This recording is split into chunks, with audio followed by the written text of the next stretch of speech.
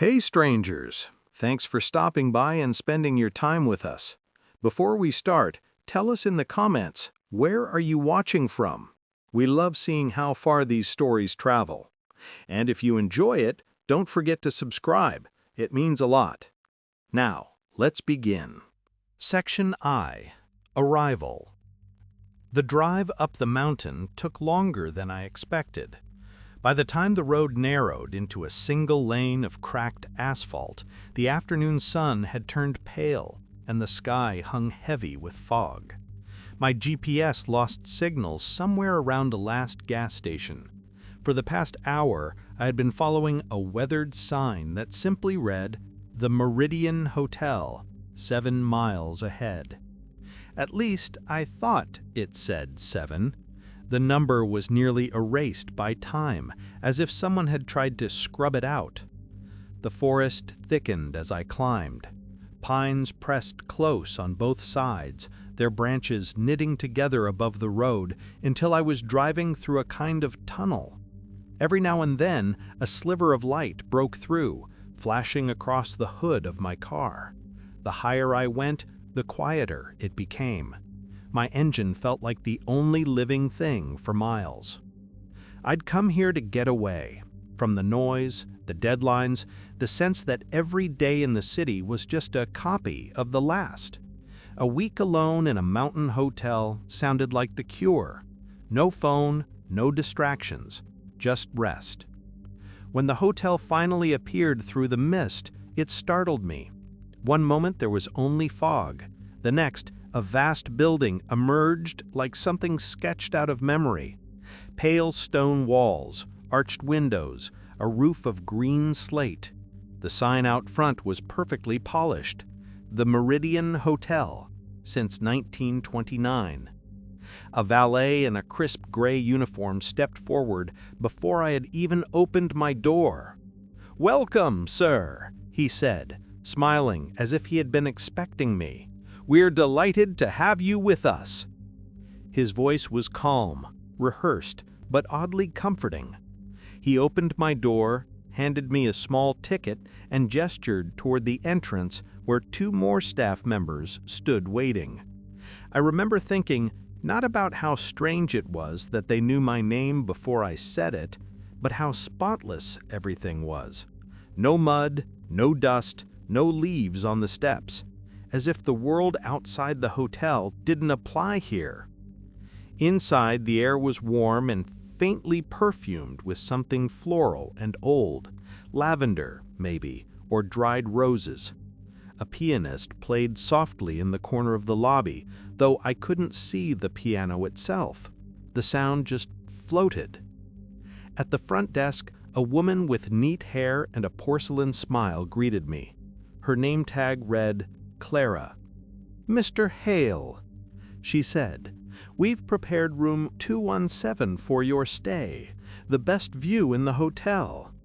I blinked. "You already had my reservation?" "Of course." Her smile didn't move. "We always do."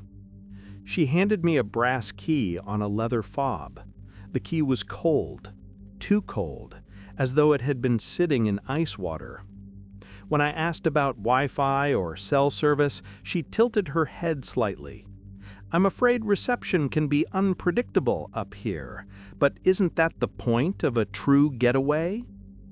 I smiled politely, though something in her tone, the way she emphasized true, made my stomach tighten. A bellhop appeared, wordlessly collecting my luggage. His uniform matched the valet's and his name tag read Thomas. He led me through a long corridor lined with framed photographs. Guests in 1930s attire stood smiling before the same stone facade I'd seen outside. They all looked pleased. But when I leaned closer, I noticed each person's eyes seemed slightly off-center, as if they were focused on something just beside the camera. Room 217 was at the end of the hall. The bellhop placed my suitcase on the stand, turned to me, and said, "Breakfast is served at 7 sharp, sir. You'll find it most refreshing." He said it like a promise, or a warning. Then he left. The click of the door closing behind him echoed longer than it should have. The room itself was beautiful. Polished oak furniture, a writing desk, a large window that overlooked a valley buried in mist. The bed looked untouched, corners folded with geometric precision. I unpacked, took a long breath, and listened. Silence. No cars, no birds, just the faint hum of electricity, steady and constant, like the building was breathing. I told myself it was perfect, peaceful, exactly what I had wanted. And yet, the air felt wrong, too still. When I leaned out the window, the fog seemed to thicken instantly, swallowing the view. I could see only the gravel path below and the faint outline of the main sign. Beyond that, nothing. I must have dozed off in the armchair because when I opened my eyes, the light outside was gone. Someone had turned down the bed and placed a mint on the pillow. I hadn't heard a thing. There was a note beside the mint. Dinner is served until 9. Welcome to the Meridian. The handwriting was perfect, identical to the signature on the registration card I had filled out downstairs. I frowned. I hadn't signed that card. Still, I went down for dinner. The dining hall was filled with the low murmur of polite conversation. Every guest seemed to smile too easily, laugh at the right moments, nod in sync. The same soft piano played somewhere unseen.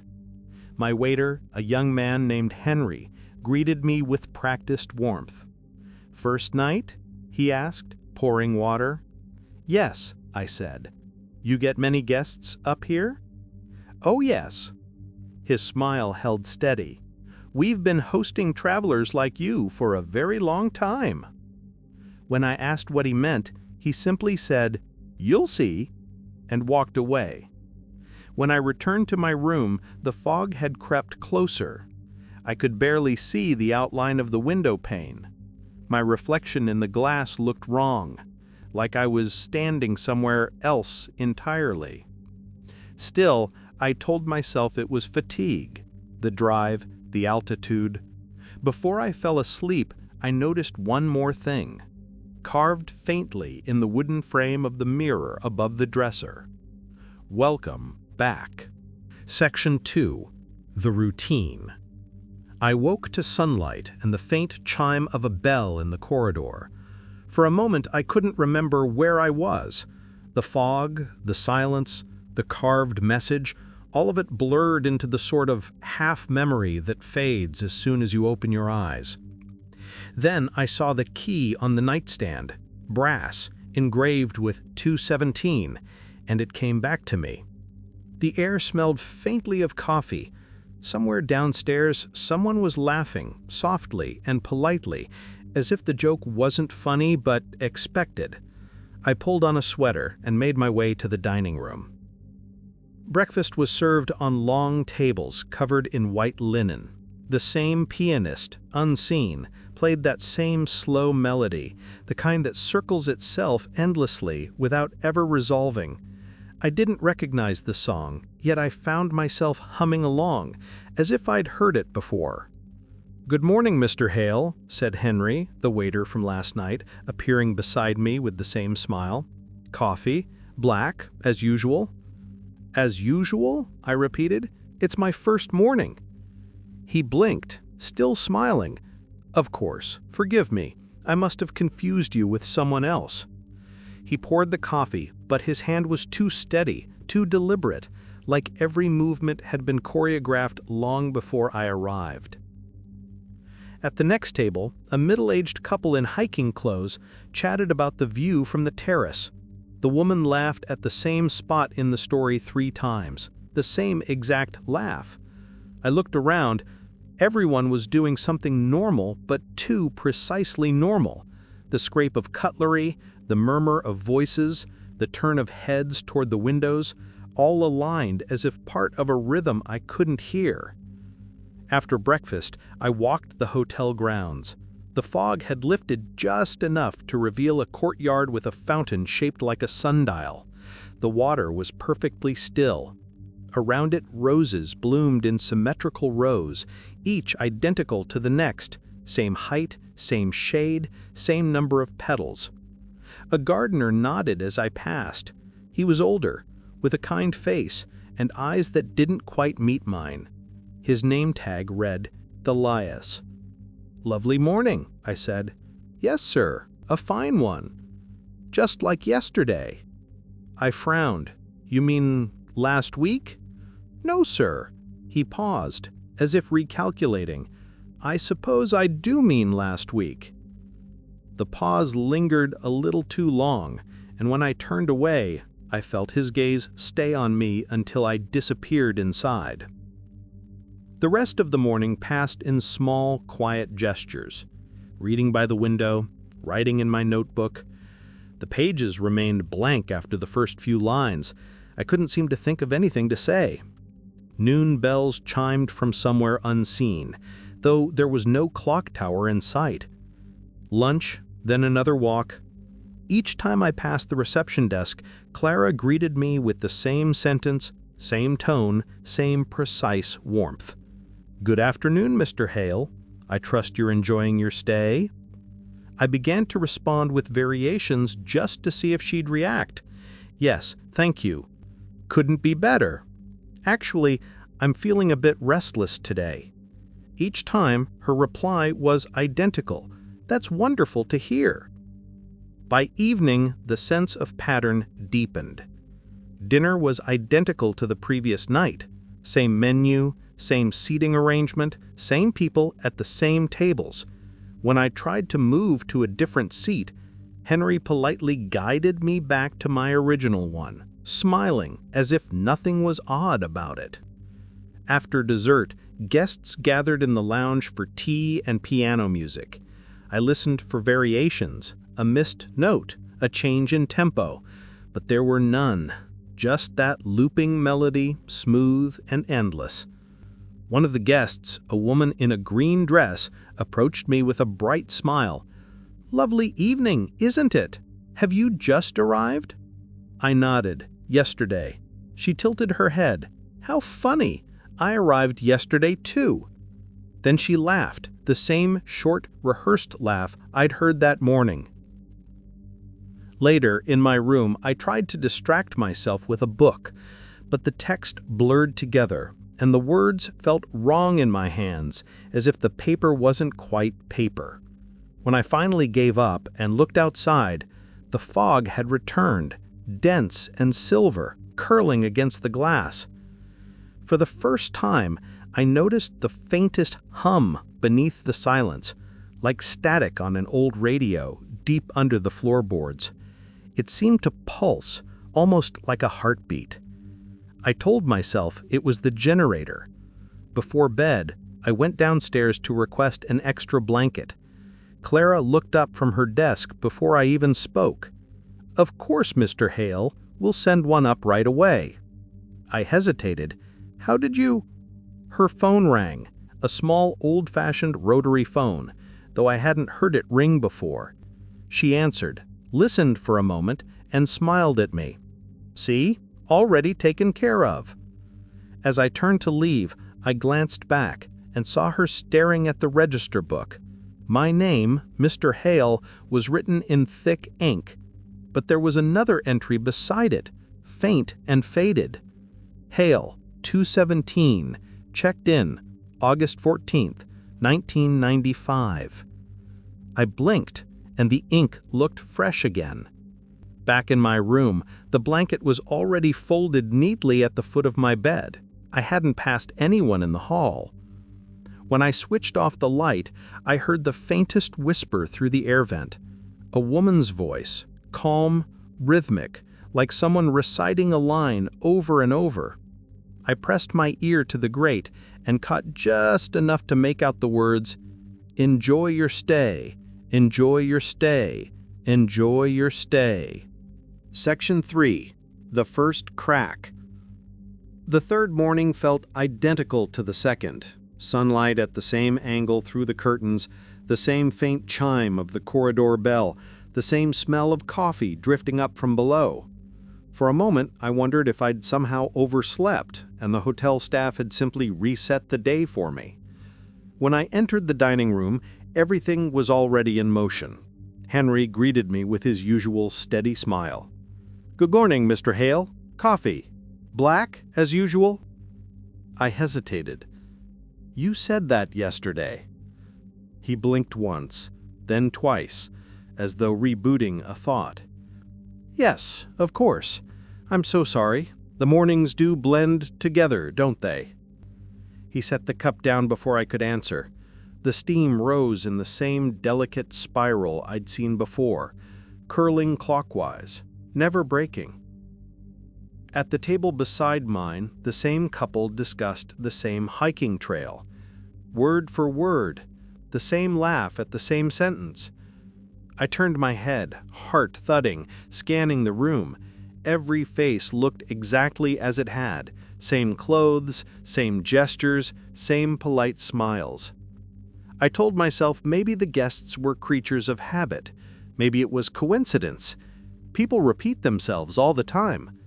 But when I looked toward the entrance, I saw something that stopped my breath. A man stepped through the doors, suitcase in hand. I'd never seen him before, or so I thought, but Thomas, the bellhop, greeted him with the same words he'd used on me 2 mornings ago. "Welcome, sir. We're delighted to have you with us." Same inflection, same timing, even the same gesture of opening the door. And the guest, the new guest, smiled nervously, glanced around, and said, "This place looks unreal." Exactly what I had said. The words, tone, pause, identical. For a moment, I thought maybe I was dreaming, but when I reached under the table and dug my nails into my palm, pain bloomed, sharp and real. I left breakfast early. The corridors looked longer than before, the carpets stretching slightly at the edges of my vision. Every few steps I passed a mirror, each one reflecting my face at a slightly different angle. In one, I thought my expression changed before I did. By the time I reached the main lobby, the hum beneath the silence had grown stronger, like electricity behind the walls. I tried to ask Clara if there was a mechanic, someone who could check the wiring. She smiled, the same perfect smile. "Of course, Mr. Hale, everything is functioning as intended." "Do you hear that sound?" "What sound?" "That low humming, like a generator."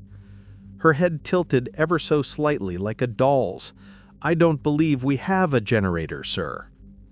The air between us felt colder suddenly, as if someone had opened a window that wasn't there. I went back upstairs to clear my head. The corridor outside my room seemed longer than I remembered. I counted 14 doors before mine. Yesterday there had been 11. Inside, my suitcase was closed again, perfectly zipped, though I hadn't touched it since unpacking. My shirts were folded differently. There was a faint scent of lavender, stronger than before, coming from nowhere in particular. At lunch, I forced myself to sit through the routine. The same guests, the same sequence of plates. When Henry placed the dish in front of me, I said quickly, "Could I have something else today? Anything different?"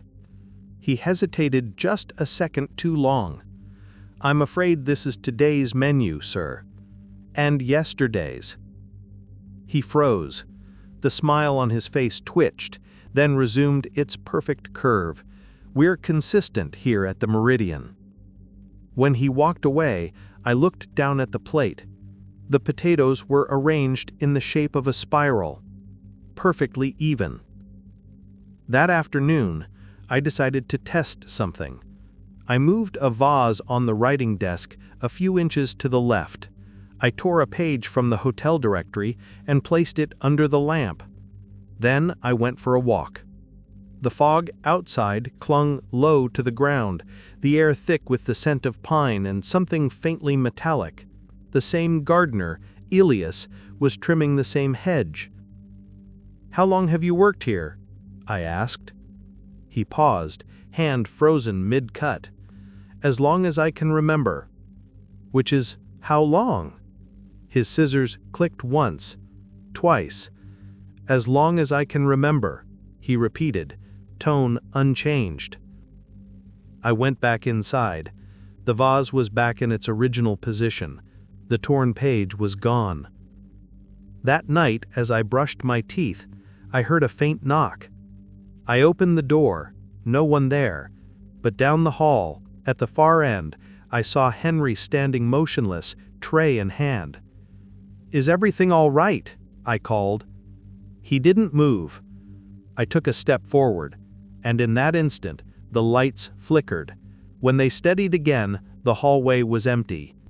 The hum beneath the floor pulsed once, deep, mechanical, and I realized it was keeping time with my heartbeat. I slept poorly. At some point in the early morning, I awoke to the faint sound of someone whispering outside my door. I pressed my ear to the wood. "You'll see." The same tone Henry had used my first night. When I opened the door, there was only the empty corridor, silent and still. I turned back toward my room and froze. On the desk, beside the untouched vase, lay a folded napkin. Written in perfect, neat handwriting were 3 words: "Don't stay tomorrow." Section 4. The Locked Gates. I woke before dawn, the napkin still on the desk beside me. The handwriting looked so deliberate, so careful, like someone had taken their time. The ink shimmered faintly in the low light. I didn't remember hearing anyone enter. For a long while I just sat on the edge of the bed, watching the fog swirl outside the window. It didn't move like normal fog. It pulsed, slow, steady, like breath. "Don't stay tomorrow." That was all it said. No name, no explanation, just those 3 words.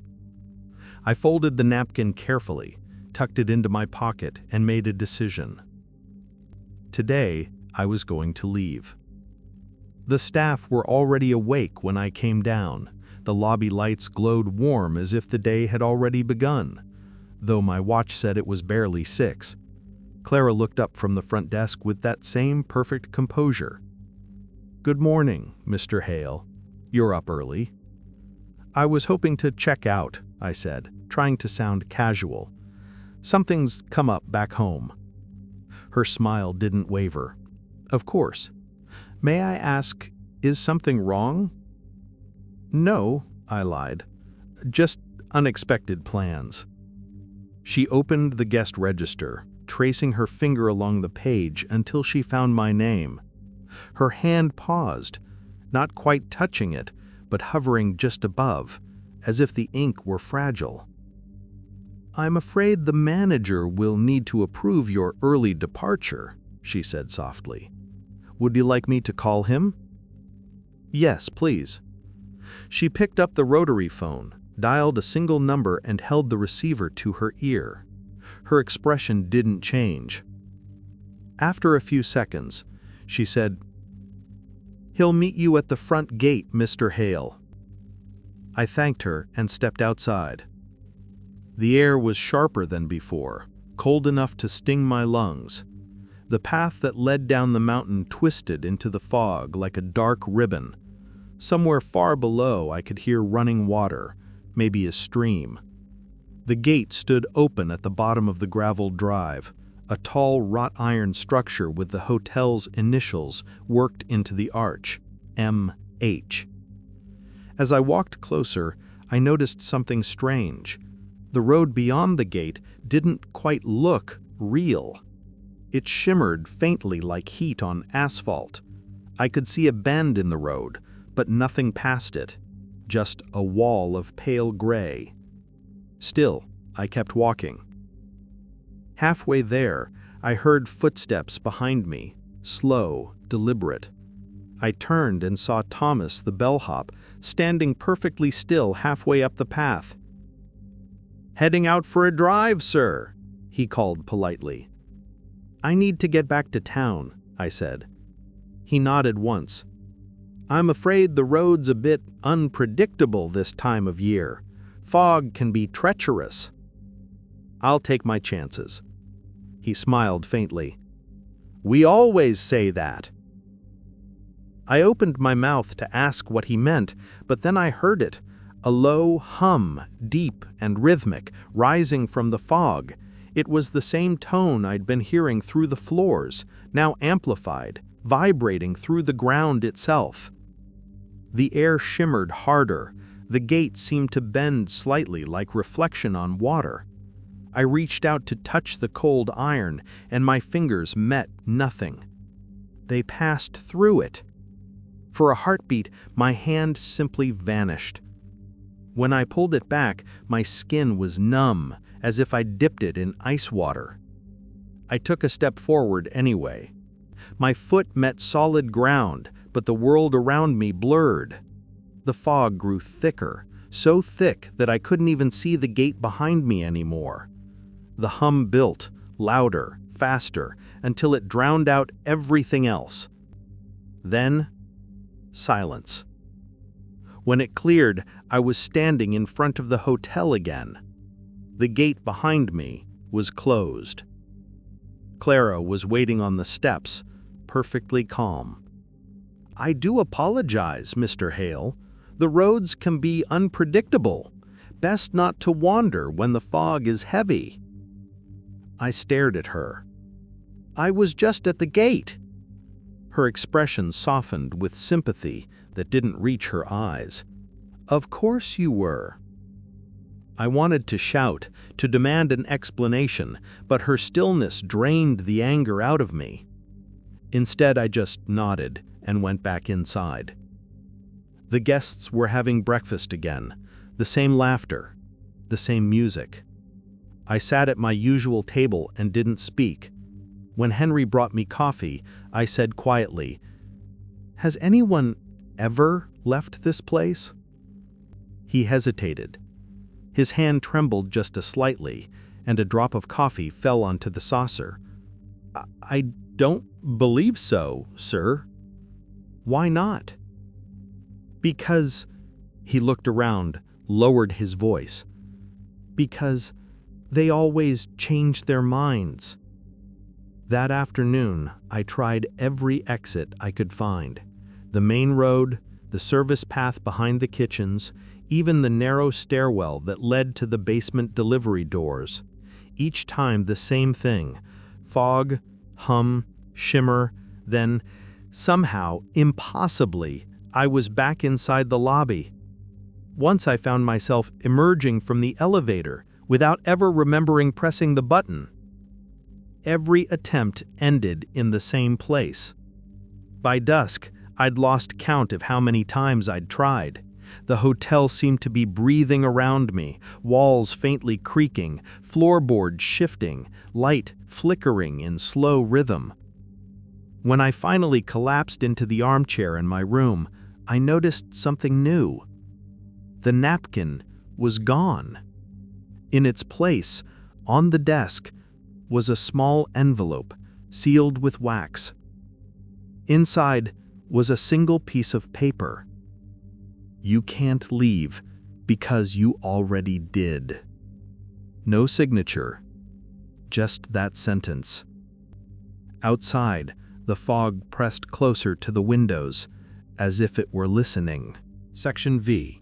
The Stranger's Warning. I didn't sleep that night. The walls seemed to hum like a living thing, pulsing faintly with every breath I took. I sat in the armchair until the first hint of dawn, the envelope open on the desk beside me. "You can't leave because you already did." The sentence rolled around my head, gaining weight with every repetition. What did that mean? Already did. When I finally stepped into the corridor, the carpet was warm beneath my bare feet, as if someone had just walked there moments before. The air smelled faintly of polish and lavender. Downstairs, the hotel was already alive with its quiet performance. Guests smiled and nodded as though nothing at all were wrong. The same pianist played that endless tune. I took my seat at breakfast, though the idea of eating made my stomach twist. "Good morning, Mr. Hale," said Henry, setting down my coffee. "Black, as usual?" "Yes," I said flatly, "as usual." This time, he didn't blink. He just smiled, as if I'd passed a test. I was stirring the coffee when someone slid into the chair across from me. A woman, maybe mid-30s, with tired eyes and a gray shawl pulled tightly around her shoulders. I recognized her vaguely. She'd been at the far end of the dining room every morning, always alone. "You shouldn't talk so much to them," she whispered. Her voice was soft, urgent. "Excuse me?" "The staff," she said, glancing toward Henry, who is now serving another table. "Don't answer their questions. Don't let them finish their sentences. That's how they keep you here." I stared at her, unsure whether to laugh or listen. "Are you all right?" She smiled faintly, but her eyes were hollow, haunted. "I was, once, before I remembered." "Remembered what?" She leaned in closer. "This place isn't a hotel. It's a pattern. You get caught in it. Every day is the same until you forget that it's repeating." I felt a chill crawl up my spine. "Who are you?" She hesitated, searching for the answer. For a long moment her lips moved, but no sound came out. Finally she whispered, I don't remember anymore." Then she reached across the table, slipped a folded note into my hand and stood. "Don't stay another night." Before I could respond, Clara appeared at her side, smiling that same porcelain smile. "Miss Lane, your tea is getting cold." The woman froze, every trace of fear vanishing in an instant. She blinked at me, confused. "I'm sorry, do I know you?"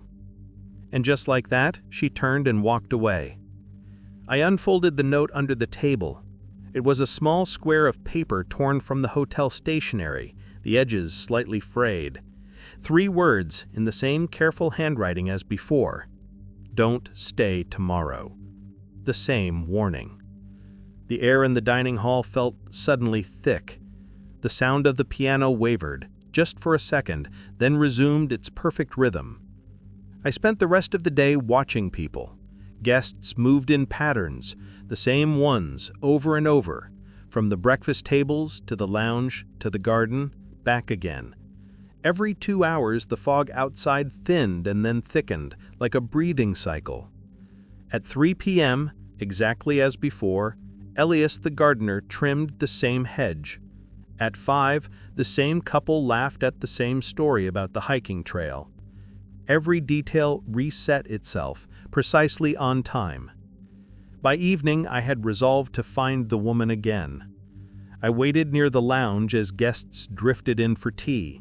The fire crackled in the same polite rhythm. When she finally entered, she looked almost peaceful, her expression blank, as if nothing unusual had ever happened between us. I called softly, "Miss Lane." She turned. "I'm sorry. It's me, from breakfast. You warned me."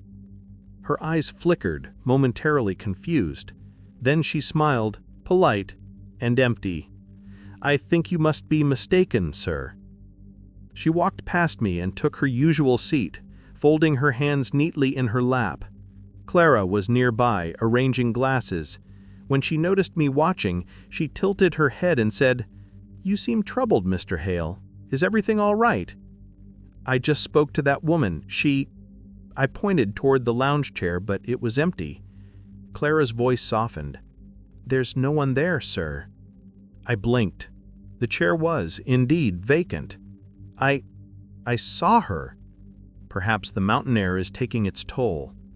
Her tone was kind, but there was an undertone, something almost proud, as if my confusion pleased her.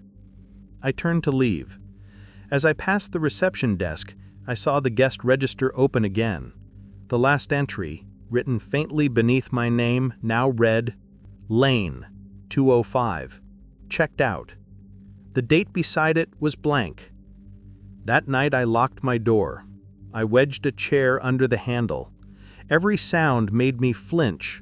Footsteps in the corridor, the soft click of an elevator that no one had called. At some point after midnight, I heard a knock. 3 times. Slow, deliberate. I didn't move. Then faintly, a voice. "Don't let them see you leave." The same voice as that morning. When I opened the door, trembling, the hallway was empty, but there on the carpet lay another piece of hotel stationery. On it, written in the same calm hand, Section 6, The Photo.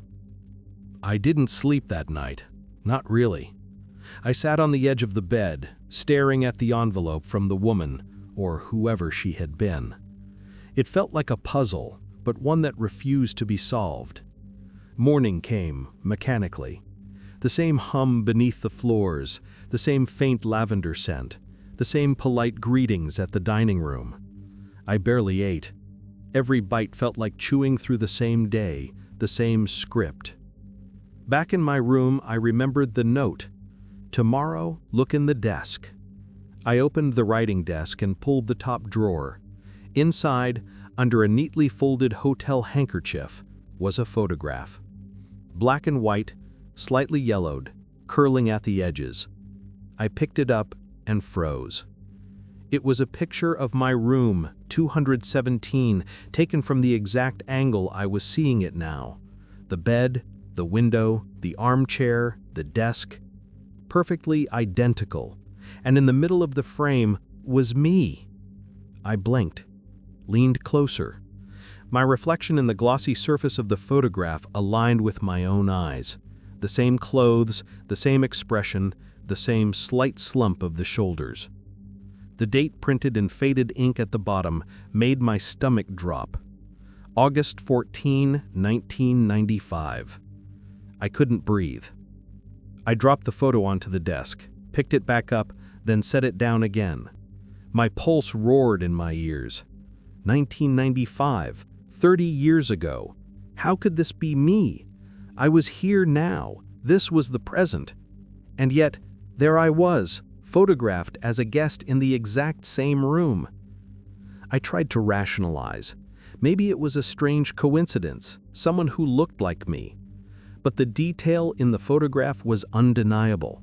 Every line on my face, every crease in my sweater, every fold of my hands. It was me. I sat back in the armchair, holding the photo in my hands. A sense of vertigo washed over me. The hum beneath the floors pulsed louder, almost like it was attuned to my heartbeat. Then I noticed something else. Behind the photograph, tucked into the back of the drawer, was a small slip of paper, written in the same meticulous hand as all the previous notes. "You've been here before." The words didn't just confuse me, they shook me. My memory rebelled. I tried to recall anything. A visit in 1995? That would have made me 19. A summer holiday? I remembered nothing. Only the regular pattern of days I had lived, the cities, the apartments, the roads I had driven. And yet the photograph said otherwise. I sank onto the bed, holding the image against my chest. I stared at the ceiling, trying to force a memory. But nothing came. Only the sense that I had been here, exactly as I was now, long before I had arrived. The hum grew louder. I realized it wasn't random. It responded to me. Every thought I had, every pulse of fear, every heartbeat, it mirrored me. The hotel wasn't just a place, it was a presence, a rhythm, a system that monitored, adjusted, and contained. I stood, pacing the room. The walls seemed closer, the ceiling lower. I opened the window. The fog lay thick across the valley below, but for the first time it looked almost intentional, like a curtain drawn to hide something I wasn't meant to see. I turned back to the desk, and my eyes caught something in the reflection of the mirror above it. The photograph on the desk, my face from 30 years ago, appeared twice. Not once in the drawer, but in the glass, sitting upright, smiling at me. Only it wasn't smiling the way I remembered smiling. It was smiling with the calm, polite resignation of someone who had accepted the rules. My stomach churned. The hum beneath the floorboards reached a low, steady pitch. I realized that the hotel was not just holding me.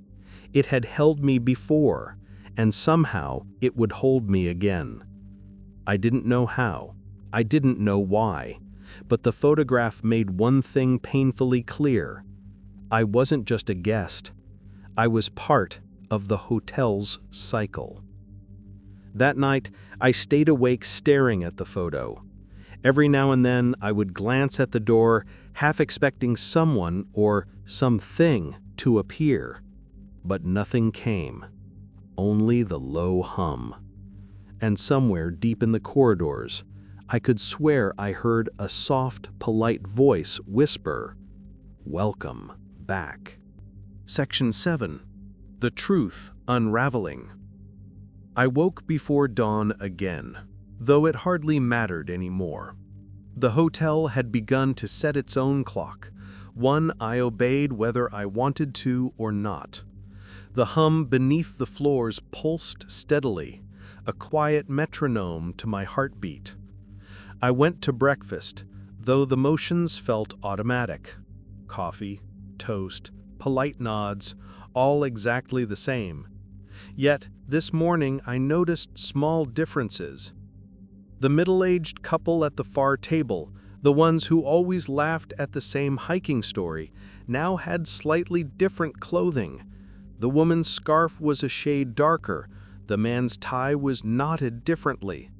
The placement of their plates had shifted by millimeters. I frowned. I had memorized the pattern of yesterday, of every day. This variation was imperceptible to most, but to me, it was glaring. "Henry," I said, lowering my voice as I stirred my coffee, "didn't they sit differently yesterday?" He blinked slowly, placing a croissant on my plate. "I'm afraid I don't know, sir." His smile was intact, but something in his eyes flickered. Just a fraction. I left the dining hall immediately. I had to see. The corridors of the hotel were alive. The walls subtly shifted. Door frames seemed narrower or taller depending on where I stood. Mirrors reflected angles that didn't exist. I walked to the end of the hall, then back, counting the doors. Some had disappeared, others had appeared. I realized the hotel itself was fluid, not broken, purposeful. It adjusted, rearranged space to keep me inside. In my room, I checked the desk. The photograph from 1995 still lay there, unchanged. I stared at it so long that the edges blurred. Then I noticed the notebook I'd tried to write in, the one I'd left blank days ago. New words had appeared, written in my handwriting, though I didn't remember writing them. They watch, they wait, they know. Don't trust the pattern. I dropped the notebook. The hum surged. Over the next few days, or maybe the same day repeated, I could no longer tell. I cataloged what I saw.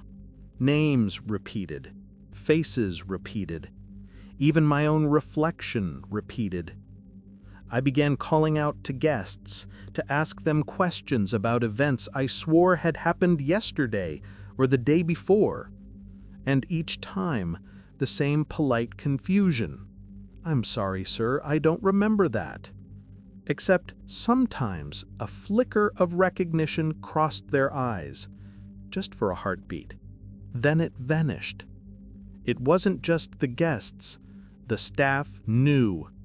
Clara, Thomas, Henry, Elias, they all knew. They didn't answer questions. They guided me, controlled the flow, and smiled the same hollow smile every time I tried to confront them. I began leaving notes for myself. Trust nothing, track everything. By the third repetition, I realized that even the clocks were false.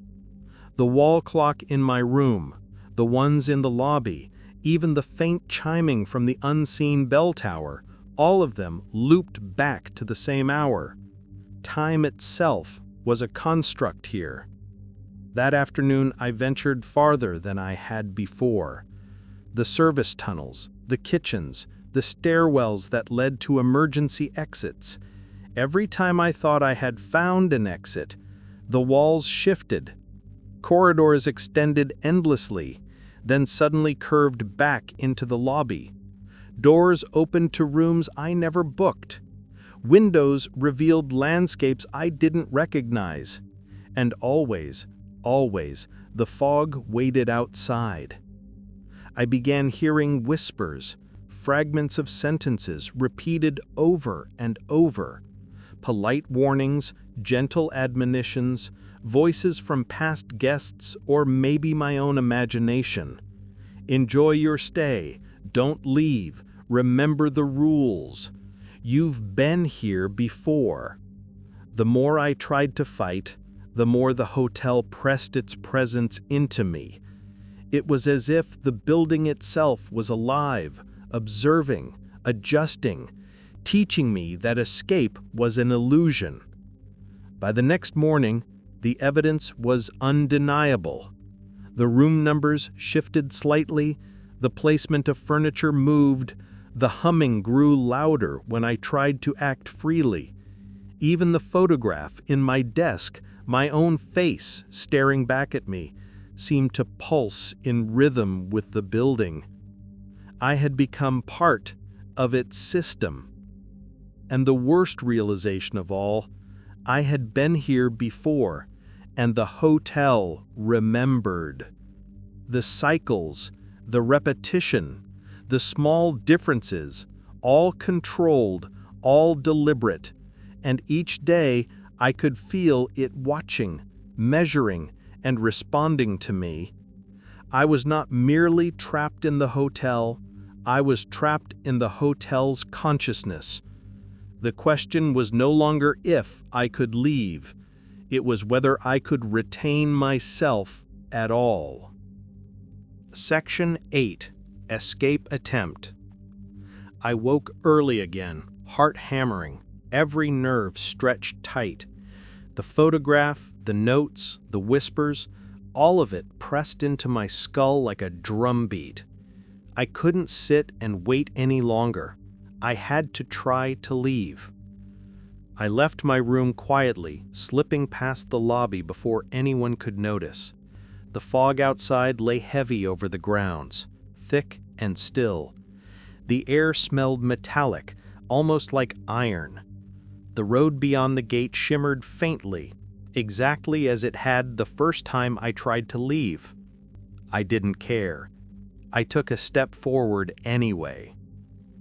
The world outside the hotel was wrong. The path twisted impossibly. Trees I hadn't seen before loomed on either side. The gravel crunch under my feet echoed, though no one else was near. Somewhere the familiar hum grew louder, deeper, pressing into my chest. I reached the service tunnels beneath the hotel, cold, damp, and narrow, promised anonymity, a way out unseen by the polite, perfect staff. I ran. Every door, every exit, every stairwell I tried led me back inside, to the lobby, to my room, to the exact spot I had begun. I smashed into a fire exit once. The door swung open, and I was standing again in the main hallway. The faint scent of lavender hit my nose. The photograph of me from 1995 still sat on the desk unchanged. I staggered back, panting, hands trembling. I tried mapping the building as I moved. Corridors, stairwells, service doors, kitchens, nothing matched the blueprint I imagined. Rooms appeared and disappeared. Hallways looped back into themselves. Mirrors reflected spaces that didn't exist. At some point, I realized I wasn't just trapped in the building, I was trapped in its memory of itself. It remembered me. It knew every movement I made before I even decided to make it. I stumbled into the lounge, chest heaving, and froze. The guests were all there, all smiling, as if they had been expecting me. The middle-aged couple, the woman in the green dress, even the woman who had warned me, all of them repeated the same gestures I'd memorized. "Where am I?" I shouted, voice cracking. No one responded. Their smiles were perfect, polite, and hollow. I tried another exit, a window overlooking the valley. The fog pressed against it like a living wall. I opened it, stepped onto the ledge, and found myself on the terrace outside the lobby, exactly where I had begun. The hotel was mocking me, or worse, it was teaching me. Every path I tried, every effort to escape was already anticipated, already folded back into the system. I sank to the ground, chest heaving. The hum beneath the floors rose, a deep, resonant vibration that seemed to echo through my bones. I realized then that the building itself was alive, not in the way of walls or wood, but in intent, in awareness. It was watching, waiting, reshaping reality to contain me. By the time night fell, I was exhausted. Every attempt had failed. Every door, every hallway, every staircase betrayed me. The polite order of the hotel continued around me, indifferent to my desperation. I returned to my room, shoulders sagging. The desk drawer was open, and the photograph of me from 30 years ago lay on top of the handkerchief again. Beside it, another slip of hotel stationery. Some things cannot be undone. I realized that night, as I stared at the photo with shaking hands, that escape wasn't just improbable, it was impossible. And yet, the building seemed to pulse with patience, as if it had all the time in the world. I didn't know how long I would keep trying. I didn't know if the hotel would ever let me go. But I knew this: it had already held me before, and it would hold me again. The cycle was complete, and yet it was only beginning. Section 9. The Confrontation. I didn't knock. Somehow I knew the office door would be open. Even before I reached it, a sense of anticipation coiled in my stomach, like a snake ready to strike. My hands shook, and the low hum beneath the hotel's floors vibrated stronger, syncing with my pulse. Inside, the office was immaculate. The air smelled faintly of polished wood and faint perfume, the sort that clings to your memory without you noticing. Behind a large mahogany desk sat Mr. Whitaker, the hotel manager, perfectly poised, hands folded, expression serene. "Ah, Mr. Hale," he said, as though greeting an old friend. "I wondered when we might have this conversation." I took a step forward, legs unsteady. "Why?" My voice cracked, barely a whisper. "Why is this happening? Why me? Why now?" He smiled, a smile that was calm, patient, and utterly hollow. "Happening? My dear Mr. Hale, nothing is happening. Everything is." I stumbled back. "No!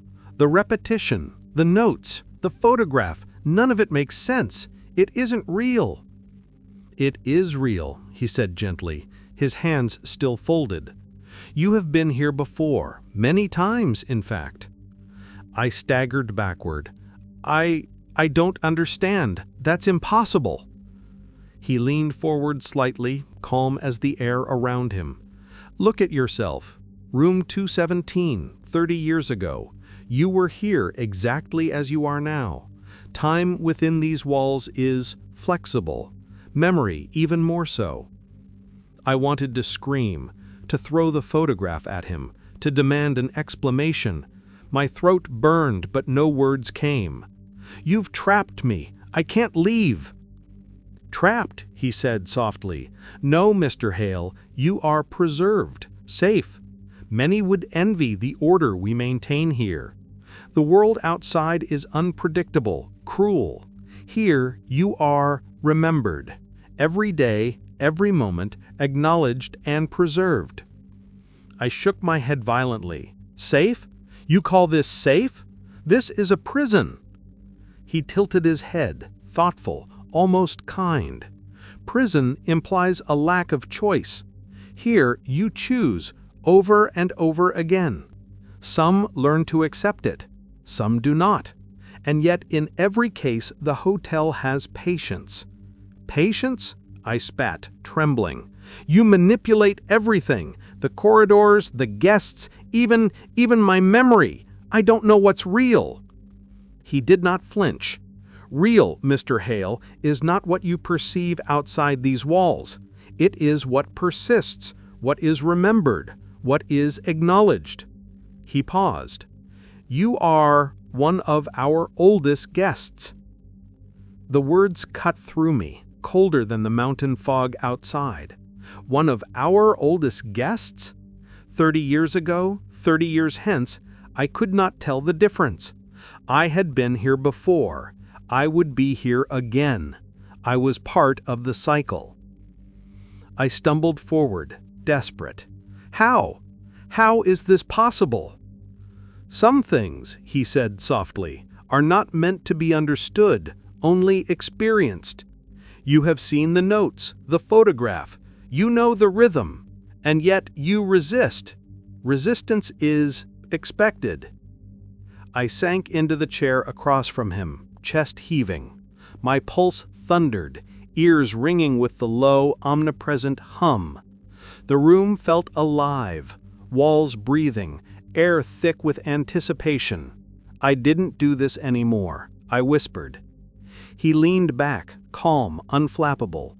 "Do not worry, Mr. Hale. You are cared for, and one day, perhaps, you will find the pattern comforting. Until then, you persist, you remember, you participate." I tried to speak, but my voice faltered. I thought of all the exits, the tunnels, the service doors, all failures, all illusions. The hotel had anticipated every move, every attempt to escape folded back into the building's awareness, the cycle unbroken. He stood slowly, gracefully, almost like a conductor signaling the final note of a symphony. "Dinner will be served shortly, and tomorrow, you know what tomorrow brings." "Yes," I said hoarsely, "I know." "Good," he said, a faint echo of satisfaction in his voice. "And remember, Mr. Hale, some patterns are eternal, some presences are patient, and some guests are never allowed to leave." The weight of his words settled into my chest like a stone. I understood then, fully, terrifyingly, that I was not merely a guest, I was part of the hotel itself, a living element within its endless rhythm. I rose unsteadily and left the office. The corridors seemed narrower, longer, folding subtly around me. The hum beneath the floors pulsed in time with my heartbeat. I felt it, the building's presence, aware, waiting, patient. By the time I reached my room, the photograph on the desk stared back at me with impossible clarity. 30 years old, 30 years fresh. My own face, patient, calm, resigned, and yet watching me. I sank into the armchair trembling, chest tight. I knew the next day would be the same, and the day after that, and the day after that. Somewhere deep in the walls, the hotel waited. And I knew I could never leave. Section X. The cycle resets. I awoke to the sound of the bell again. Polite, faint, perfectly timed, the same chime I had heard every morning since I arrived. The sound pressed against my skull, sharp and insistent, like a memory I couldn't place. The sunlight spilled through the curtains at the same angle, warm, calm, almost soothing, but I knew better. The lavender scent lingered in the corridor, familiar, comforting. The hotel was welcoming me home. I swung my legs out of bed and froze. On the desk, the photograph awaited me, my own face staring back, 30 years old, 30 years fresh. The black and white curl of the edges seemed to shimmer faintly in the morning light. I reached out. The photo trembled in my fingers, and I felt the pulse of the building beneath the floorboards syncing with my own heartbeat. I dressed mechanically. Each fold of my shirt, every shoelace tied, every cautious step into the corridor felt like rehearsed choreography. Déjà vu draped over me like a shroud. Yet there was something different. The hotel sensed I remembered, and it was waiting, patient, deliberate, aware. Downstairs, Henry greeted me. "Good morning, Mr. Hale. Coffee? Black, as usual?" I nodded. My throat was dry. I didn't trust my voice. The guests were already seated. The middle-aged couple laughed at the same hiking story. The woman in green smiled in the same place. The pianist's tune began its endless loop. I could almost feel their recognition, just a flicker in the eyes, but it vanished instantly. I realized I was watching ghosts of myself, patterns repeating, layers folding over one another, all orchestrated with terrifying precision. After breakfast, I wandered the halls. Walls shifted subtly. Door frames narrowed, stretched, disappeared. Mirrors reflected angles that didn't exist. I tried to map the building, to catalog the changes, but it was impossible. Every hallway, every stairwell, every service door folded reality back into itself. Escape was not an option. The hotel didn't merely trap me, it anticipated me, reshaping its architecture to contain me. The corridors weren't passive, they were alive. The hum beneath the floors pulsed louder as I moved, faster when I ran, steady when I paused. I began to see patterns in the repetition. Names repeated, gestures repeated, conversations repeated, all slightly altered. The building was teaching me, testing me, showing me the impermanence of perception. Even I, the guest, was subject to its rules. Dinner came with perfect punctuality. Clara moved through the tables like a conductor, orchestrating smiles, gestures, and laughter. The couple repeated their story again. The woman in green laughed at the same joke. The pianist's melody reached the same unresolved chord. And in the background, faint but omnipresent, was the hum. I tried to ignore it, tried to act normally, but the voice beneath the hum whispered in fragments, repeating, echoing. "Enjoy your stay. Don't leave. Remember. Repeat. Enjoy your stay." My chest tightened. The voice wasn't external, it wasn't separate from me. It was the building, the system, the cycle. It was everywhere at once. I felt the futility of resistance. Every path I had taken, every escape attempt I had made, every variation I had tried, the hotel had already accounted for it. And still I persisted. Still I moved, I observed, I remembered. Night fell. The corridors glowed in soft lamplight. Fog pressed against the windows like living walls. I returned to my room, legs trembling, pulse pounding. The desk drawer opened with ease. The photograph lay there, unchanged. My own face stared back at me, calm, patient, resigned, yet somehow aware. Beneath the photograph, a fresh slip of hotel stationery had appeared. "Welcome to the Meridian Hotel."